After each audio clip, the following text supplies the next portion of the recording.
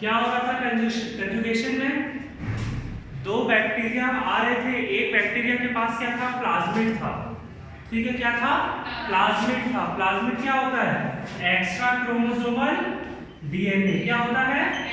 Extra chromosomal DNA. इसी को क्या बोल रहे हैं अपन? प्लाज्मिड।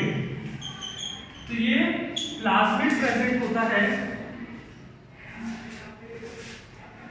किसी एक बैक्टीरिया में, तो उसको क्या बोल रहे थे? F+। क्या बोल रहे थे? F+।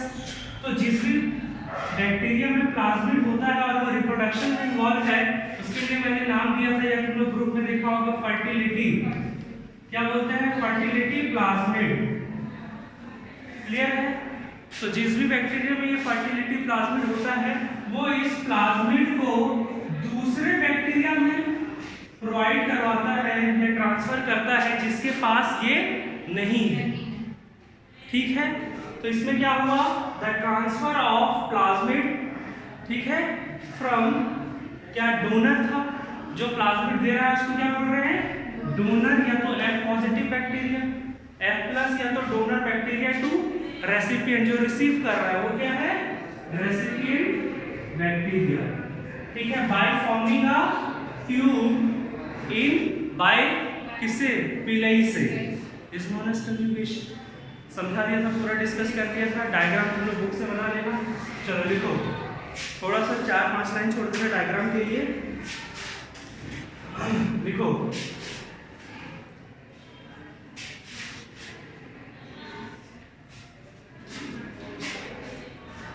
अब देखो, मैंने एक चीज बताया था कि बैक्टीरिया का रिप्रोडक्शन ये कहीं एनिमल्स और प्लांट से रिजेंबल नहीं करेगा। यहाँ रिप्रोडक्शन का मतलब है एक पर्टिकुलर डीएनए का ट्रांसफर होना। क्या होना? डीएनए का ट्रांसफर होना ही रिप्रोडक्शन है। हम लोग का भी जो लास्ट स्टेज आता है ना, वहां पर भी डीएनए ट्रांसफर ही होता है, लेकिन अपन स्पर्म, ओवम, फ्यूज, जाइगोट ये सारे कुछ पढ़ते हैं, लेकिन जो लास्ट में होता ही क्या है? डीएनए का ट्रांसफर होता है। मदर का डीएनए और फादर का डीएनए आके असेंबल होता है एक जगह, उसी को रिप्रोडक्शन बोलते हैं। तो ये लोग के पास उतना गैमेट्स फॉर्मेशन ये सब का समय नहीं है, तो ये लोग डायरेक्ट क्या करता है? जो डीएनए है उसको ट्रांसफर करता है। तो डीएनए को जीन ट्रांसफर भी बोलते हैं। ठीक है, समझ में आ रहा है? देखो, conjugation is the mode of horizontal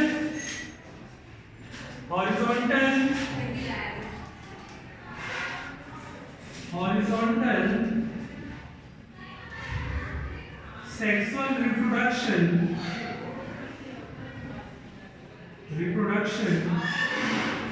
in bacteria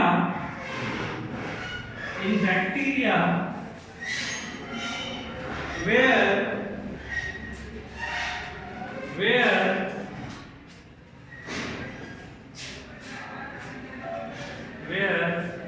plasmid, bacteria में लिख देना fertility.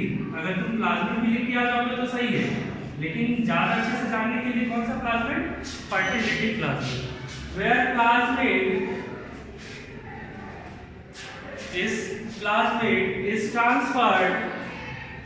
is transferred from donor bacteria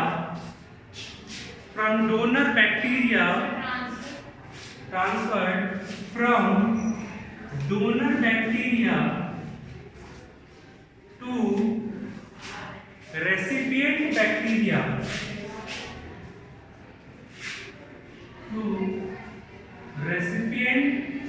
bacteria through, किसके थ्रू जाता है? थ्रू पिलई।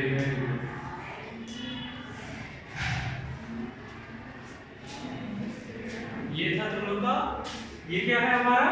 कंजुगेशन। सब लोग ये डायग्राम बना लेना। ठीक है, यहां से कैसे दिखा देना।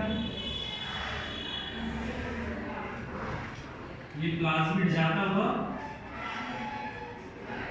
तो मैंने सारे प्रोसेस डिस्कस कर लिए थे कि यहाँ पर ये अपने आप को 1 से 2 कर देता है, फिर 1 को चले जाता है, तो उसका लिखने की जरूरत नहीं है, वो समझ लेंगे। तो ये पहला मोड हो गया कंजुगेशन का। दूसरा आ जाए ट्रांसफॉर्मेशन।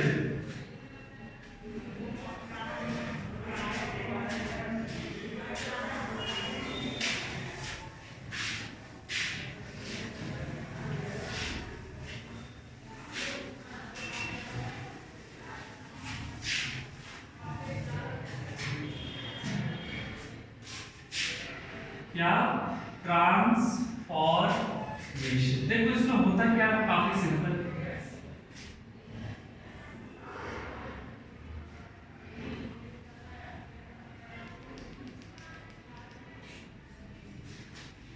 क्या होता है कि ड्यूरिंग सर्टेन कंडीशन, किसी कंडीशन में आके ये जो बैक्टीरिया है वो पूरा लाइस हो जाता है। लाइस मतलब ब्रेक हो जाता है। क्या हो जाता है? Break down. इस प्रोसेस को बोलते हैं लाइसिस। क्या बोलते हैं? ब्रेक डाउन को बायोलॉजी में लाइसिस। ठीक है, तो ये जो बैक्टीरिया है उसका क्या हो जाता है? लाइसिस। उसके वजह से ये बैक्टीरिया पूरा टूट जाता है। ठीक है, तो इसके जो अंदर में डीएनए प्रेजेंट है वो भी क्या हो जाते हैं? टूट जाता है एट फ्रेगमेंट्स। किसमें टूट जाता है? फ्रेगमेंट्स। ठीक है, फिर ये फ्रेगमेंट क्या होता है? इस तरह से बिखरे पड़े हुए। ठीक है, फिर ये फ्रेगमेंट जाके इधर गलती से आके मान के चलो किसी भी तरह से दूसरे बैक्टीरिया के बाहर पहुंच जाते हैं।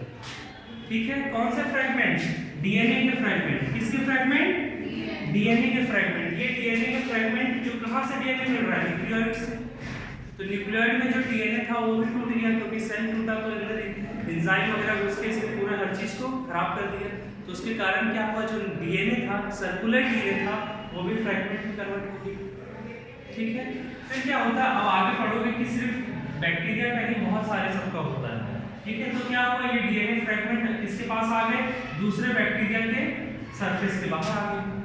फिर क्या करता है कि ये जो बैक्टीरिया है ये सब डीएनए जेनेटिक मटेरियल, यानी ये सब डीएनए को अपने अंदर ले लेता है।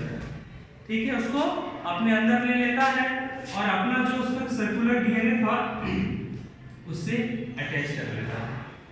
ठीक है, तो ये मोड में भी क्या हो रहा है? एक जगह जीन था, एक जगह डीएनए है, वहां से दूसरी जगह गया। और यही तो मेन फंडा है सेक्सुअल रिप्रोडक्शन का।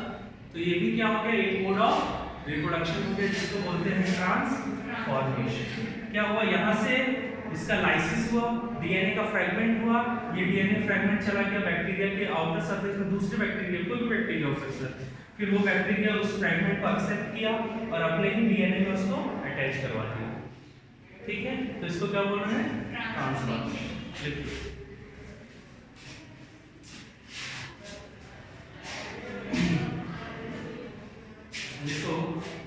The mode of horizontal sexual reproduction, the mode of horizontal sexual reproduction in bacteria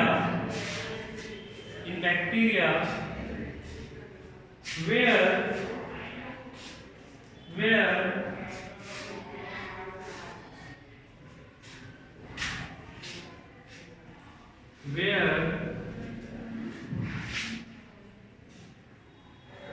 the fragmented DNA of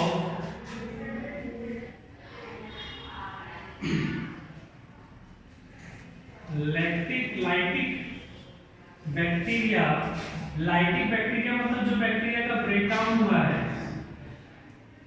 जिसका ब्रेकडाउन, उसको बोल रहे हैं क्या? Lytic bacteria.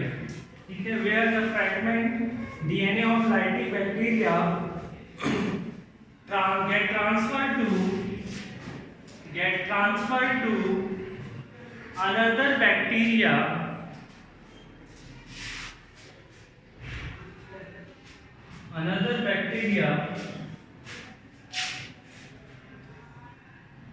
and further get incorporated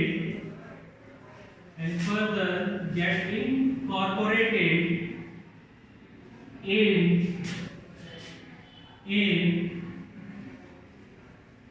another bacteria's DNA। समझ में आ गया? एकदम सिंपल है। एक सेल टूटा फूटा बस्ट हो गया, उससे डीएनए फ्रेगमेंट हुआ, वो डीएनए फ्रेगमेंट दूसरे बैक्टीरिया के सरफेस पे गया, फिर वो वहां से वो कहां पर आ गया, अंदर की ओर आ गया, वहां पर इनकॉर्पोरेट हो गया। तो ऐसा कहीं भी आपको देखने मिले तो आप क्या बोलोगे, ये क्या हो गया है, transformation. Lytic bacteria, breaking, lytic का मतलब ब्रेकिंग, ठीक है, आगे बहुत सुनने को मिलेगा। चलो रब करो। चलो नेक्स्ट टॉपिक को ट्रांसडक्शन, तीसरा।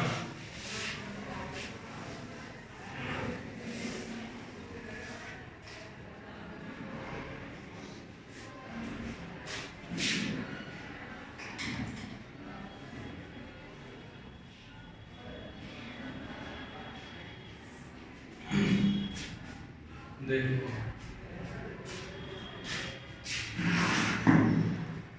ये जो प्रोसेस है ये तुमको मैं एग्जांपल से समझा देता हूँ, ठीक है।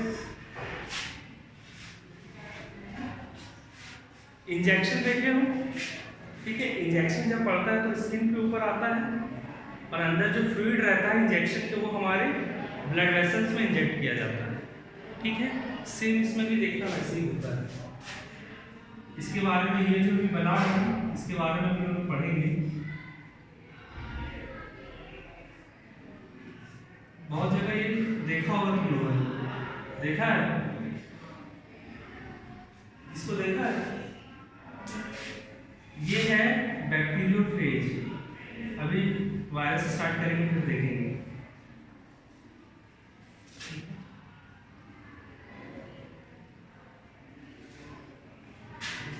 ये बैक्टीरियोफेज एक वायरस है। क्या है ये?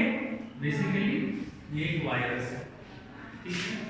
अब हमारा ये सिंपल सीधा साधा बैक्टीरिया यहाँ पर, ये बैक्टीरियोफेज क्या करता है कि ये आता है और इसके ऊपर बैठ जाता है। और वायरस जो होता है वो सीधे नहीं होते, वो काफी उसका ये जो चीज बना है ये तुम्हें टेल जैसा वो किसी के ऊपर बैठने के लिए बना हुआ है, ठीक है। और ये इसका यहाँ पर डीएनए प्रेजेंट होता है, किसका? बैक्टीरियोफेज का, ठीक है। क्या होता है, ये बैक्टीरिया अपना सिंपल सा अपना कर रहा था प्रोसेस, ये आया इसके ऊपर लाई डाउन किया सरफेस पे और क्या करता है कि अपना ये पोर्शन नीचे करता है और इंजेक्ट करता है। क्या करता है? इंजेक्ट करता है, इतना इंजेक्ट करता है कि जो बैक्टीरिया का सेल वॉल वगैरह है सब टूट जाता है। समझ में आ रहा है? एक बैक्टीरियोफेज एक वायरस है। ये वायरस कहाँ आता है? बैक्टीरिया के ऊपर बैठता है, उसके ऊपर पहले किलिंग होता है, उसके बाद झटके से उसके सेल वॉल को तोड़ देता है, ठीक है। और हमारा पता है कि यहाँ पर क्या है, सर्कुलर डीएनए, और अपना जो जेनेटिक मटेरियल है उसको इस रास्ते से यहाँ पर छोड़ देता है, ठीक है। फिर ये अब ये जो बचा ये जिसका तो आदत ही है, जो भी दूसरा जीन है उसको इनकॉर्पोरेट कर लेता था। हमने ट्रांसफॉर्मेशन में देखा ये बैक्टीरिया के पास इतना दिमाग ही नहीं है कि इसका नहीं वायरस का डीएनए ये आया और इसके साथ इनकॉर्पोरेट हो गया, ठीक है। क्या हुआ? इसका ये जो डीएनए आया वायरस का वो इसके साथ इनकॉर्पोरेट हो गया। तो यहाँ पर भी एक जगह से डीएनए दूसरी जगह में डीएनए ट्रांसफर हुआ, ठीक है। दोनों एक ही कलीग थे, ठीक है। तो इसको क्या बोल रहे हैं? ट्रांसडक्शन, ठीक है।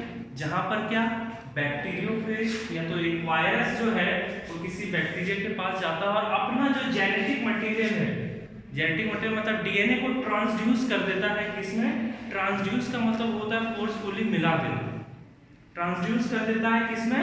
बैक्टीरियल डीएनए, ठीक है। उसको क्या बोलते हैं? ट्रांसडक्शन। समझ में आया? अब यहाँ पर देखो जितने भी रिप्रोडक्शन हो रहे हैं सब क्या एक दूसरे के कलीग हैं, इसलिए इसको हॉरिजॉन्टल बोलते हैं। और जैसे हम लोग हैं मदर फादर दोनों से मिलकर जैसे एक चाइल्ड होता है, लेकिन यहाँ पर क्या हो रहा है? डायरेक्ट इसको दे रहा है तो इसका भी नेचर बदल जा रहा है, ठीक है। अगर मान के चलो तुम्हारा डीएनए मैंने इसके डीएनए में मिक्स करवा दिया तो उसको बोलेंगे हॉरिजॉन्टल सेक्सुअल रिप्रोडक्शन, वो जीन ट्रांसफर ही हुआ, लेकिन वो क्या हो जाएगा? हॉरिजॉन्टल। अगर फिर मेरे से अगर मेरे आने वाले प्रोजेनिस में जाएगा तो वो हो जाएगा वर्टिकल सेक्सुअल रिप्रोडक्शन। समझ में आया? क्लियर? तो ये होता है ट्रांसडक्शन। चलो देखते हैं। समझ में आ गया ना? लिखो लिखो the mode of horizontal sexual reproduction, the mode of horizontal sexual reproduction in which a virus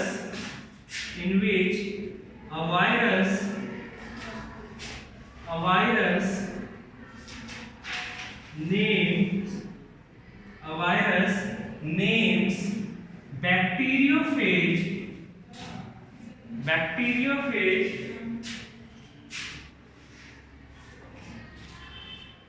bacteriophage transduces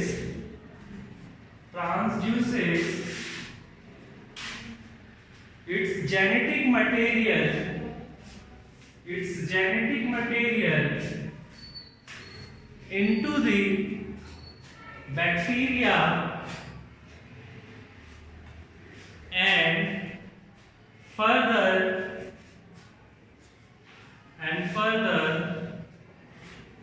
the DNA get incorporate मतलब मिल जाना, ठीक है? further get incorporate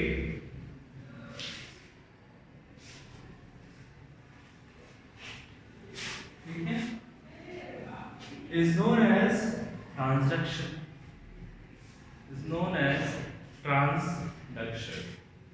तो ये काफी फेमस डायग्राम है, ठीक है? इधर से बैक्टीरियोफेज बनाना, इधर से ये हो जाएगा। ये हो गया और इधर से सेंटर। और तुम लोग को इसमें कुछ पढ़ने की जरूरत नहीं, जितने इंपॉर्टेंट है सब कुछ मैंने बता दिया।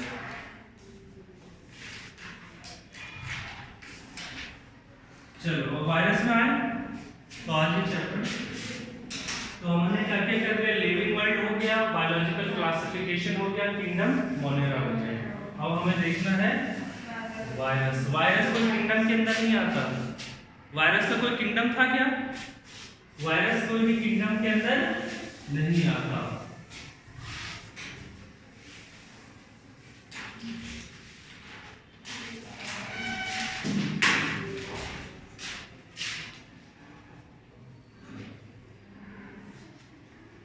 चलो हेडिंग क्या लो वायरस को,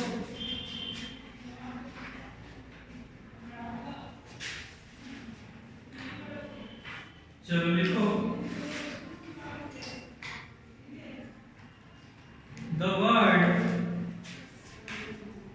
वायरस। हेडिंग क्या लो, लिखो the word virus has been derived from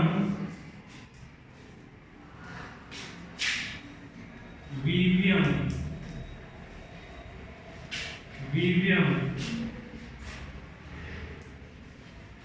which means poison.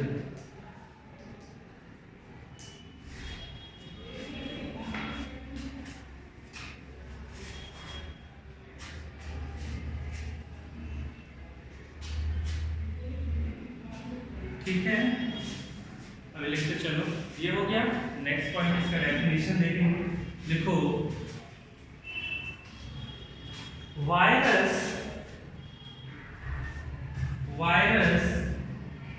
Are intercellular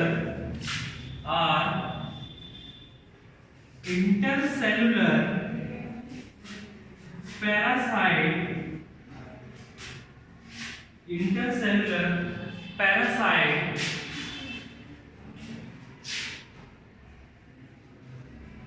which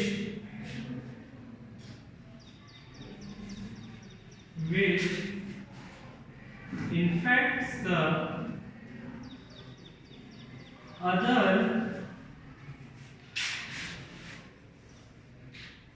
organism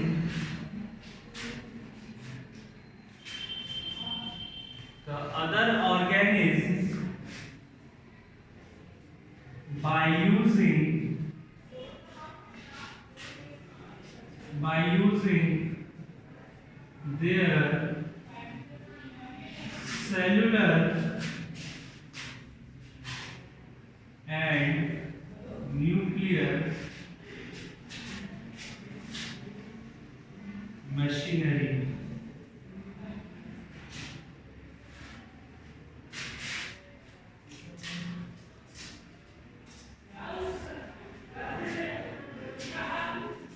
ठीक है,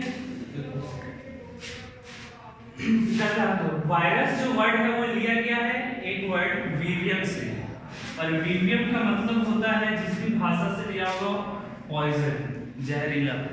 ठीक है, अब तुमसे कोई पूछेगा ये वायरस है क्या, तो वायरस है, ध्यान से सुनना, इंटरसेलुलर पैरासाइट। सबसे पहली बात इंटरसेलुलर, इंटर सेलुलर, सेलुलर का मतलब क्या, सेल। ठीक है, अब इंटरसेलुलर का मतलब ऐसा है ऑर्गेनिज्म है ये जो सेलों के बीच में रहता है। ये सेल है, ये सेल के अंदर, इस सेल के अंदर, इस सेल के अंदर, इस सेल के अंदर, ऐसे प्रेजेंट, इसलिए इसको क्या बोलते हैं, इंटरसेलुलर, कि सेल के अंदर प्रेजेंट होता है। प्लस ये एक पैरासाइट, क्या है, पैरासाइट। पैरासाइट किसको बोलते हैं, ऐसे ऑर्गेनिज्म जो किसी दूसरे के ऊपर डिपेंडेंट होते हैं अपने भोजन, पानी या कुछ भी काम करने के लिए। जैसे फॉर एग्जांपल दें, सिंपल, काफी सिंपल एग्जांपल है, बालों में जू लग जाते थे, तो जू क्या है, पैरासाइट है। हम लोग के लिए जू क्या है, पैरासाइट है। क्यों, क्योंकि हम हमारे ऊपर सर पे रह के वो हमारे न्यूट्रिशन को अपटेक करके अपना ग्रोथ एंड डेवलपमेंट कर रहा है और अपना रिप्रोडक्शन कर रहा है, नंबर बढ़ा रहा है, तो वो क्या हो गया, पैरासाइट। पैरासाइट का मतलब जो दूसरे ऑर्गेनिज्म पे डिपेंडेंट है अपने nutrition, reproduction, growth and development के लिए, उसको क्या बोलते हैं, पैरासाइट। ठीक है, तो ये कैसा है, अब देखो जू क्या था, मैं एग्जांपल ले रहा हूँ जू, क्योंकि ये जल्दी से समझ में आएगा। तो जू क्या है, किसी भी सेल के अंदर प्रेजेंट नहीं है, ये क्या है, सेल के बाहर प्रेजेंट है। यहाँ पर एपिथेलियल सेल्स है ना, उसके ऊपर प्रेजेंट है, तो वो कैसा हो जाएगा, एक्स्ट्रा सेलुलर पैरासाइट। जू क्या है, एक्स्ट्रा सेलुलर, क्योंकि ये सेल के बाहर है। लेकिन ये जो वायरस है ये इंटरसेलुलर पैरासाइट है, सेल्स के अंदर रहने वाला पैरासाइट। मच्छर भी हमारा पैरासाइट आता है, कुछ उसका चले जाता है, लेकिन वो भी क्या है, एक्स्ट्रा सेलुलर पैरासाइट। लेकिन वायरस एक्स्ट्रा नहीं है, वो आपके बॉडी के अंदर, आपके सेल्स के अंदर प्रेजेंट होगा, तो वो ऐसा पैरासाइट। तो हमेशा याद रखना वायरस का डेफिनेशन की लीजिए कि क्या है virus, it is a intercellular parasite which infects the other organism, जो दूसरे ऑर्गेनिज्म को इन्फेक्ट करता है by using their cellular and nuclear machinery. मतलब एक सेल जो अपना सेल चलाने के लिए जो चीज यूज करता है, ये जाके उसको सेंध मार देता है। जैसे सेल है, उसका अपना न्यूक्लियस है, वो अपना डीएनए का कर रहा है एप्लीकेशन सेल को बढ़ा, लेकिन ये गया, ये वायरस उसमें अपना न्यूक्लियस था, उसमें अपना क्या डीएनए को घुसा दिया और अपना काम करवा रहा है। ठीक है, अब यहाँ से माइटोकॉन्ड्रिया से एनर्जी बनता है, ये एनर्जी सेल अपने पर्पस के लिए बनाता है, ये आके इस एनर्जी को यूज करने लगता है। तो यही था क्या, सेलुलर एंड न्यूक्लियर मशीनरी। ठीक है, मान के चलो अभी आ जाए कुछ टेररिस्ट अटैक हो जाए, मान के चलो, तो वो आ जाएगा, फिर हमारा जो रिसोर्सेस है वो अपने जैसा वो यूज करेगा। ठीक है, सेम उसी तरह से ये आता है वायरस, इसका यूज कर लेता है और सेलुलर और जो भी न्यूक्लियर मशीनरी है उसको अपने पर्पस के लिए यूज करता है। ठीक है, तो ऐसा कोई ऑर्गेनिज्म देखा और जो इंटरसेलुलर पैरासाइट को, उसको क्या बोलेंगे, वायरस। समझ में आ गया, चलो अब नेक्स्ट करें। देखो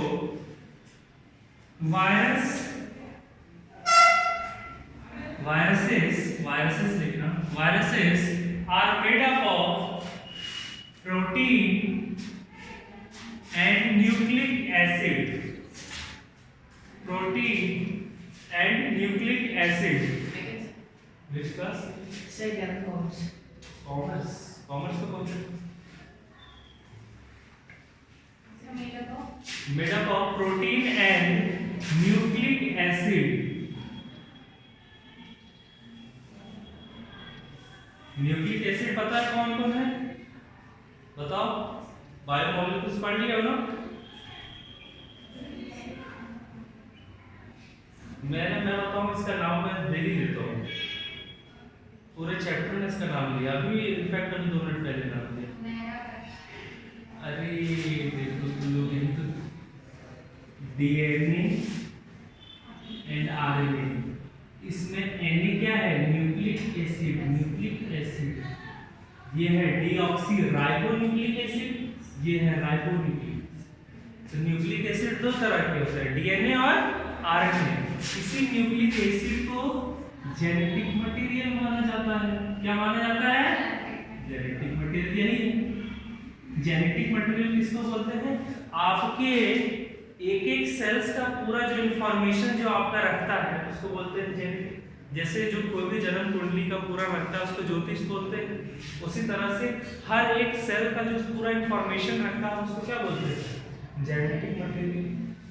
अब वो कौन कर रखता है, न्यूक्लिक एसिड। न्यूक्लिक एसिड है कौन, डीएनए और आरएनए, और ज्यादातर पाया जाता है डीएनए, 90% क्या पाया जाता है, डीएनए, बाकी सब में आरएनए। समझ में आया, कंफ्यूज मत होना कभी भी, चाहो तो कहीं साइड में लिख लो, या इसी में लिख लो, न्यूक्लिक एसिड का बात किया तो लिख लेना है डीएनए और एंड आरएनए की बात हो रही है। तो वायरस किस चीज का बना होता है, प्रोटीन प्लस न्यूक्लिक एसिड, ठीक है, या तो डीएनए या तो आरएनए प्लस प्रोटीन प्रेजेंट रहेगा।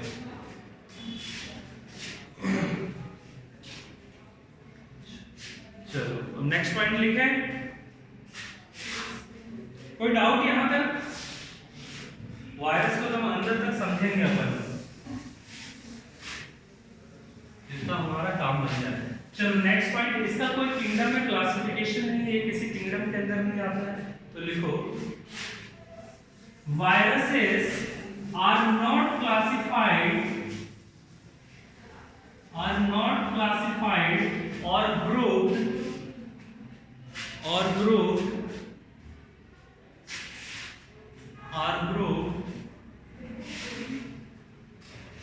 ठीक है, viruses are not classified or grouped under any kingdom।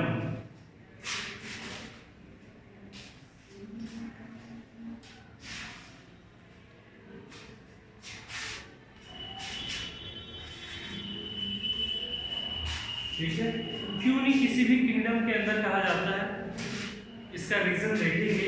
एक कैरेक्टरिस्टिक्स है कि ये लिविंग है कि नॉन लिविंग, अभी बहुत बड़ा डिबेट चलेगा लिविंग और नॉन लिविंग। वायरस तो अगर आरएच विटेकर ने पांचों को तो कर दिया कि पांचों को दे दिया, मोनेरा को भी दे दिया, प्रोटिस्टा, फंजाई, प्लांटे, एनिमलिया सबको जगह दी, तो वायरस को क्यों नहीं दिया, ये भी तो है। लेकिन सवाल क्या उठता है, ये वायरस जो है ये अपने जिंदगी का अगर ये किसी लिविंग के अंदर आया है, मैं अगर लिविंग हूँ, अगर मेरे अंदर अगर वायरस घुस गया है तो वो वायरस जिंदा है। लेकिन अगर वही वायरस अगर इस यहाँ पर चिपका पड़ा है तो वो हमारा हुआ है। समझ में आ रहा है, अगर वायरस देखो, चलिए 2 वर्ड है, होस्ट और पैरासाइट। क्या, होस्ट और पैरासाइट। पैरासाइट का मतलब जो दूसरे पे निर्भर होता है अपना सब कुछ, न्यूट्रिशन, ग्रोथ, डेवलपमेंट के लिए। होस्ट का मतलब जिस पे ये अटैक करता है, तो होस्ट जैसे ह्यूमन, तो हमारे पैरासाइट कौन है बताओ थोड़ा, मॉस्किटो, ठीक है, समझ में आ रहा है। होस्ट का मतलब क्या, जिसके ऊपर कोई पैरासाइट अटैक कर रहा है, ठीक है। तो वायरस हम लोग वायरस के नाते में क्या लगते हैं, वायरस के हम लोग होस्ट हैं। वो लोग बोलेंगे ये देखो ये मेरा होस्ट है, क्या है, होस्ट है। तो हम लोग होस्ट हैं किसके, वायरस, हम लोग होस्ट हैं। होस्ट का मतलब उसके रहने, खाने, सारे चीज का व्यवस्था का जरिया हम ही लोग हैं। तो वो हम लोग को किस नजर से देखता है, ये होस्ट है। और खुद क्या है, हम लोग के लिए वो क्या है, पैरासाइट, लेकिन उसके लिए हम लोग क्या है, ये चीज क्लियर हुआ। तो जब ये वायरस किसी होस्ट में प्रेजेंट, और ये होस्ट कुछ भी हो सकता है। अब ऐसा होता है कि वायरस तुमने सुना है किसी एनिमल्स को भी इन्फेक्ट करता है। बैट में नहीं देखो जीका वायरस आ गया था, निगोला, निपे, आता रहता है वायरस, बैट में आता है। तो वो ये जो वायरस है वो हर जगह हो सकता है, प्लांट में भी हो सकता है, बैक्टीरिया में भी हो सकता है। ये सोचो, ये जो वायरस है ना सबको इन्फेक्ट करता है, ये मत सोचना कि सिर्फ ह्यूमन को करता है। वायरस बैक्टीरिया को भी इन्फेक्ट करता है, वायरस प्लांट्स को भी इन्फेक्ट करता है। ठीक है, तुम लोग देखते होगे शुगर केन में बीच में वो सूखने लगता है और स्पॉट्स आने लगते हैं। ठीक है, उसको क्या बोलते हैं, उसका नाम मेरे को याद नहीं आ रहा। वो ड्यू टू वायरस होता है, टोबैको मोज़ेक वायरस होता है, जो जितने भी टोबैको होते हैं प्लांट्स उसको इन्फेक्ट करता है। ठीक है, तो वायरस प्लांट को भी इन्फेक्ट करता है, बैक्टीरिया को भी, एनिमल्स को करता है, एनिमल्स में हम लोग भी आते हैं। ठीक है, और भी जितने फंजाई को भी इन्फेक्ट कर देता है। ये इतना बड़ा पैरासाइट है, सोचो क्या एक मॉस्किटो किसी प्लांट को इन्फेक्ट कर सकता है? क्या नहीं। तो उसका होस्ट क्या है? सिर्फ ह्यूमन है, लेकिन ये वायरस का होस्ट सब लोग हैं। सोचो इसका कितना बड़ा जाल है, ये कितना बड़ा ऑर्गेनिज्म है कि ये सबका अपना होस्ट बना के रखा है। तो जब भी अगर वायरस किसी होस्ट में प्रेजेंट होता है तो वो लिविंग होता है। बात हम लोग ये कर रहे थे कि जब भी कोई वायरस किसी होस्ट में प्रेजेंट होगा तो ये वायरस क्या हो जाएगा? लिविंग। अगर वायरस होस्ट के बाहर प्रेजेंट हुआ तो क्या होता है? Non living. समझ में आ रहा है? इसीलिए आर.एच. हुटेकर ने या आगे जो भी साइंटिस्ट आए उन्होंने किसी किंगडम के अंदर इसको नहीं बांटा। क्यों? क्योंकि इसके लाइफ में खुद ही क्वेश्चन मार्क है। या कि इसको जिंदा हम रहना है तो ये आ जाएगा, इसको मरना है तो ये बाहर आएगा। अब ये इस पे डिपेंड करता है कि ये कहां से पहुंचेगा। ठीक है, इसीलिए वायरस इज लिविंग और नॉन लिविंग ये कहना मुश्किल काम है, और इसीलिए इसको किंगडम में जगह। हम लोग के साथ ऐसा है कि आज हम लोग मर जाते हैं कल जिंदा हो जाएंगे, नहीं, ये सिर्फ इसके साथ कहा है। ठीक है, तो चलो लिख लो, होस्ट एंड पैरासाइट लिखना है क्या? लिख लो। कहां तक हुआ था हमारा? Made up of. हाँ, चलो उसी में थोड़ा सा पॉइंट लिख लो। देखो, the organism which infects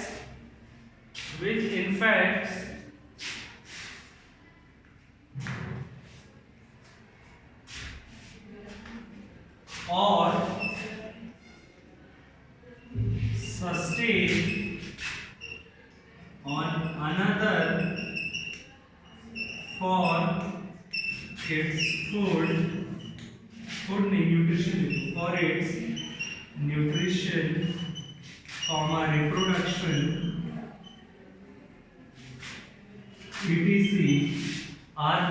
etc. are called parasite। ठीक है, होस्ट लिख लोगे, क्या होता है होस्ट का मतलब? होस्ट लिखो, the organism in which parasite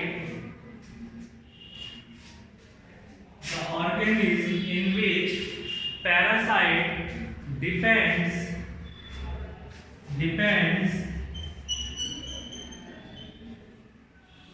for its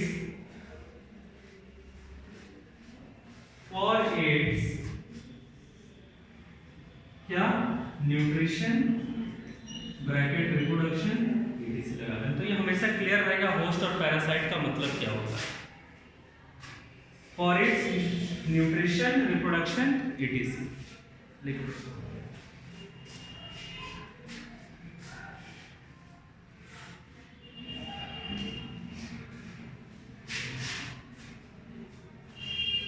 ठीक है, तो हम लोग नेक्स्ट में क्या लिखें? द होस्ट ऑफ वायरस, ठीक है, are a bacteria, plants, animal and fungi. ठीक है, तो ये लिखो, वायरस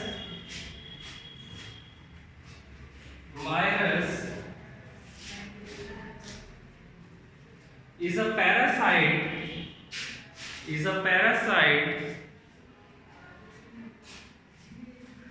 parasite for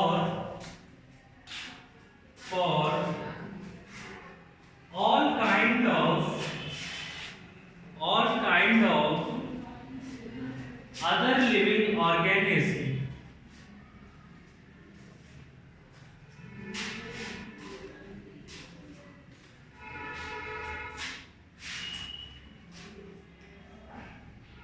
ठीक है, नेक्स्ट टाइम में लिखना, the The host of viruses are a bacteria.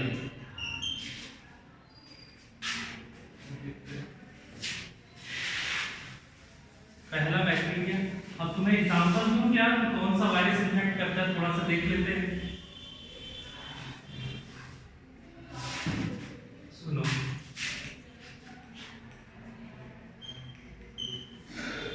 ये है होस्ट नंबर पहला बैक्टीरिया।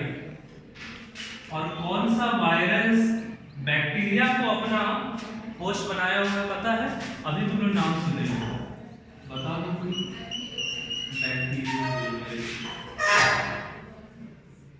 बैक्टीरियोफेज एक ऐसा वायरस है जो बैक्टीरिया को इन्फेक्ट करता है, इसलिए उसका नाम क्या पड़ गया? Bacteriophage. The virus which infect bacteria is called bacteriophage. ठीक है, तो होस्ट क्या है? बैक्टीरिया। सो जो वायरस बैक्टीरिया के अंदर घुस के उसका यूज करके अपना सब कल्याण कर सकता है, तो सोचो वायरस ह्यूमन को क्यों नहीं करेगा। ठीक है, चलो दूसरा एक प्लांट्स का देखते हैं। दूसरा होस्ट है हमारा प्लांट।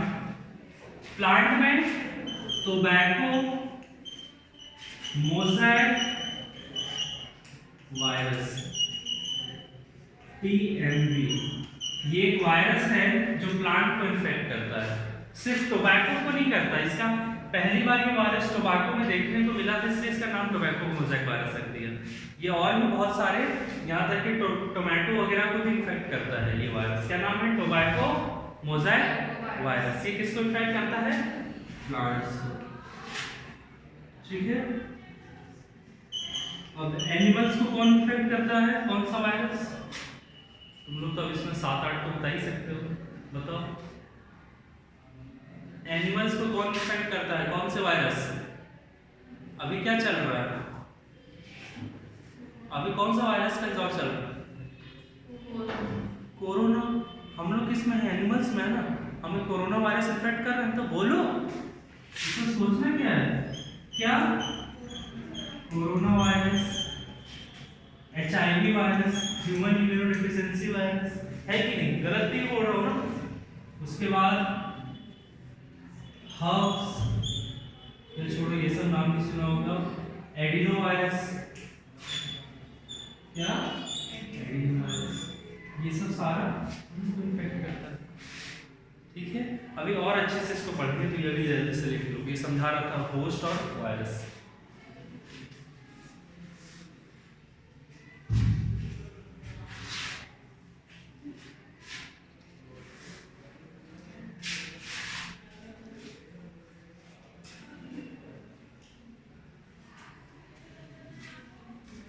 चलो अब नेक्स्ट ये हो गया, उसके बाद हेडिंग डालना।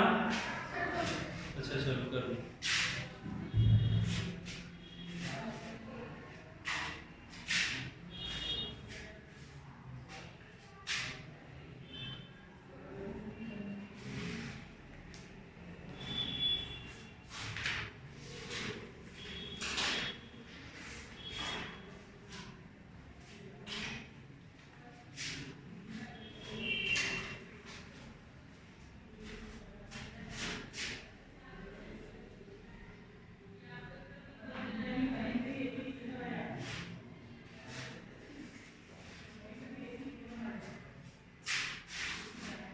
हो गया तुम्हारा? कॉपी मेंटेन है पूरा, सब कुछ लिखा हुआ है क्या? पूरा कॉपी कंप्लीट कर लेना। ठीक है, और तुम लोग सब जाके अपने प्रैक्टिकल फाइल खरीद के रख लो। मैं नेक्स्ट क्लास में या 1-2 दिन में उसमें प्रैक्टिकल्स अपलोड करता जाऊंगा, और वो सब प्रॉपर कैसे लिखते हैं पता है ना? प्रैक्टिकल वो पूरा उसमें लिखना है। फिर हम लोग जब दिसंबर में एग्जाम हो जाएंगे तो हमारे फिर प्रैक्टिकल्स करेंगे। हो गया? जल्दी लिखो। चलो हेडिंग डालो, कैरेक्टरिस्टिक्स ऑफ वायरस। आपको वायरस समझ में आ गया ना क्या है? अब उसके गुण वगैरह के बारे में पढ़ेंगे, क्या है भाई वो कैरेक्टरिस्टिक्स उसके।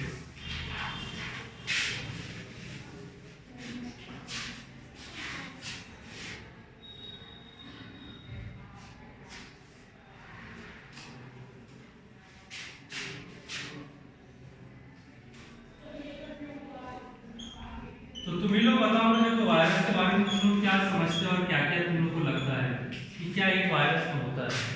तो सबसे क्या होता है, हार्मफुल होता है। Very good. चलो, और जरूरी नहीं है हर बार हार्मफुल होता है, सर्दी भी हमें वायरस की वजह से ही होता है, हार्मफुल तो होता है बट ठीक है उसको भी लेके। और क्या इसका मतलब भी हार्मफुल ही होता है, चीजों को डैमेज करने से हार्मफुल है। बस मतलब वायरस का मतलब दूसरा वर्ड है कि हार्मफुल है, बस यही है। क्या तुम समझते हो, वायरस छोटे पार्टिकल्स होते हैं, क्या होता है वायरस काफी छोटा होता है, तो ये भी कैरेक्टरिस्टिक है ना। वायरस को अपने आंखों से नहीं देख सकते, ये मत सोचना। बैक्टीरिया को भी वैसे नहीं देख सकते, लेकिन कुछ बैक्टीरिया को मैंने तुम्हें दिखा भी दिया, लेकिन उसमें जो मैंने ये गोल जैसा दिखा था तुमको, उसमें पता है कितना बैक्टीरिया थे, 10 लाख से भी ज्यादा, मोर देन 10 lakhs बैक्टीरिया सिर्फ उसमें। तो जो तुम्हें एक ड्रॉप दिखाया था, देख रहा था ना पेट्स में इतना छोटा छोटा, तो उसका एक छोटा में 10 लाख बैक्टीरिया थे, इसलिए तुम्हें वो देखा। समझ आया? तो ये मत सोचना कि सर वो इतना बड़ा बैक्टीरिया नहीं, उसमें 10 लाख बैक्टीरिया था। अगर उतने बैक्टीरिया तुम्हारे अंदर घुस गए ना, बस काम तो हम कर सकते हैं उनसे, ठीक है। तो इसीलिए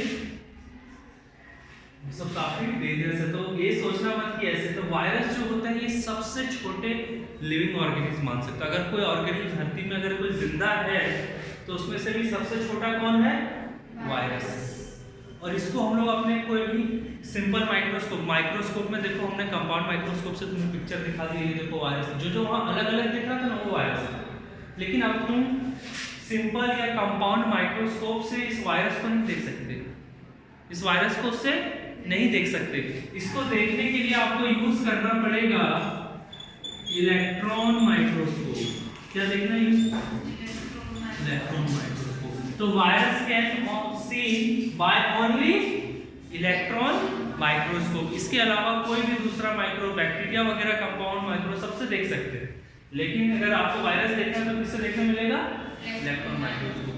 मैं बताऊं तो ये इलेक्ट्रॉन माइक्रोस्कोप पूरे भोपाल में सिर्फ एक जगह है जहां वर्किंग कंडीशन में, तुमने नाम सुना होगा आइसर भोपाल। मैं यहाँ पर 3 दिन का ट्रेनिंग करके आ चुका हूँ आइसर भोपाल, तो वहाँ मैंने पहली बार देखा था इलेक्ट्रॉन माइक्रोस्कोप और वो कैसे यूज होता है, सिर्फ वहाँ पर, और बाकी कहीं पर भी नहीं है वर्किंग स्टेट में। सब ऐसे ही एक पड़ा हुआ है लेकिन यूज नहीं होता, तो वहाँ से यूज होता है, ठीक है। चलो लिखें। तो सबसे पहला कैरेक्टरिस्टिक क्या है, ये सबसे स्मॉलेस्ट लिविंग ऑर्गेनिज्म है, अगर ये लिविंग ऑर्गेनिज्म के स्टेट में है, और जिसको हम लोग अपने नेकेड आई से या माइक्रोस्कोप से नहीं देख, उसके लिए एक स्पेशल माइक्रोस्कोप यूज होता है जो इलेक्ट्रॉन माइक्रोस्कोप, ठीक है। चलो देखो, viruses are very small structure, very small structures which can be seen only by electron microscope.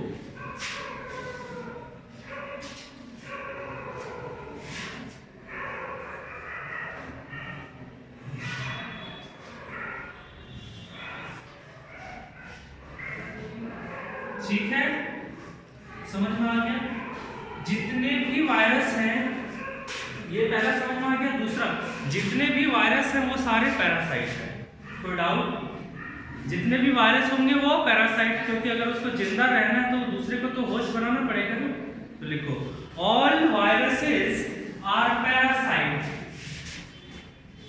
दूसरा point, all viruses are parasite.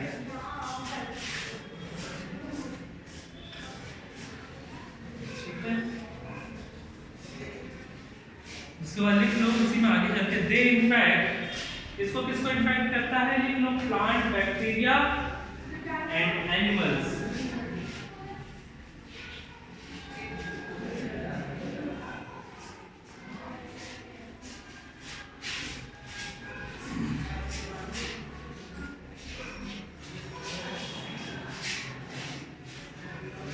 ठीक है। अब देखो एक चीज और क्या है, और एक चीज क्या है, जो प्लांट में जो भी वायरस है वो क्या है, जो भी वायरस है वो क्या है, स्पेसिफिक है। मान के चलो ये बैक्टीरियोफेज है, क्या है, बैक्टीरियोफेज। तो ये बैक्टीरियोफेज हमेशा बैक्टीरिया को इन्फेक्ट करेगा। किसको इन्फेक्ट करेगा, बैक्टीरिया को इन्फेक्ट करेगा। एक ही ग्रुप, यानी ये हमेशा बैक्टीरिया को। तो ये बी है तो ये हमेशा किसको इन्फेक्ट करेगा, प्लांट्स को करेगा। तो बैक्टीरिया जो है वो स्पेसिफिक है, मतलब अगर वो कर रहा है इन्फेक्ट तो सिर्फ एक को करेगा। ठीक है, तो लिखो बैक्टीरिया नहीं वायरस, तो लिखो viruses are host specific, viruses are host specific.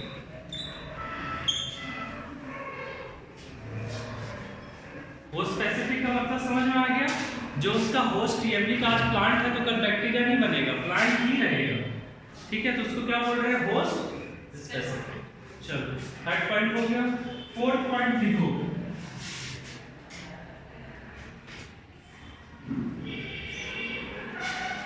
देखो दे आर, मतलब वायरस की बात कर रहा है, they are sensitive towards humidity and temperature.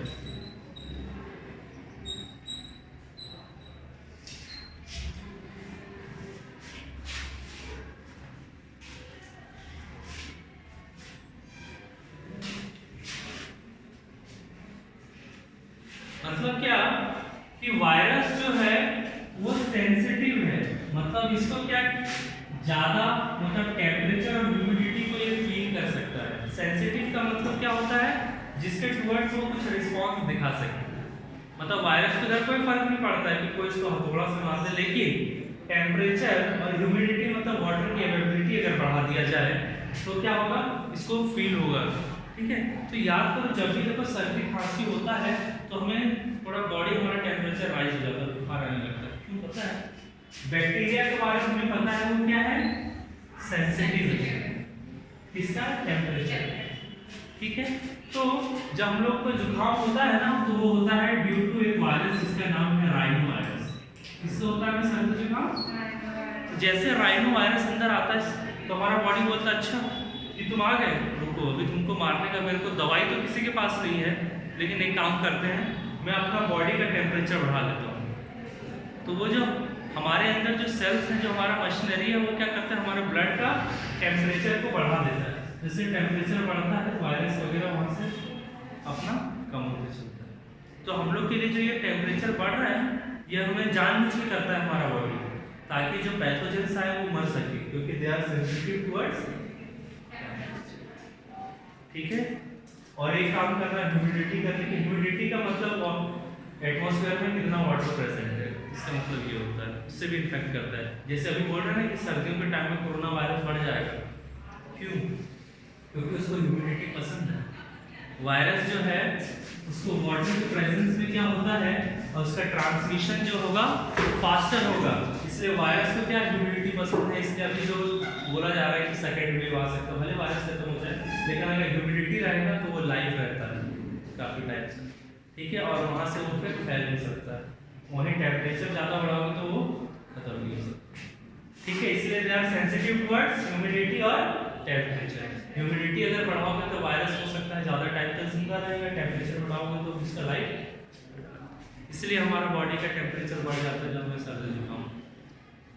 जब भी तुम्हारा बॉडी टेम्परेचर बढ़ रहा है मतलब सोचो बॉडी को लग रहा है कि कोई तुम्हारे अंदर इन्वेजन कर रहा है, कोई बैक्टीरिया या तो कोई पैथोजन आ रहा है तुम्हें अफेक्ट करने की। समझ में आ गया, तो ये था कैरेक्टरिस्टिक्स इसका। समझ में आ गया, sensitive towards humidity and temperature. चलो और देखो और एक last point, they are sensitive to, they are sensitive to mutagen which causes mutation। ये लिख लो, नेक्स्ट क्लास में इसका मतलब समझेंगे। ठीक है।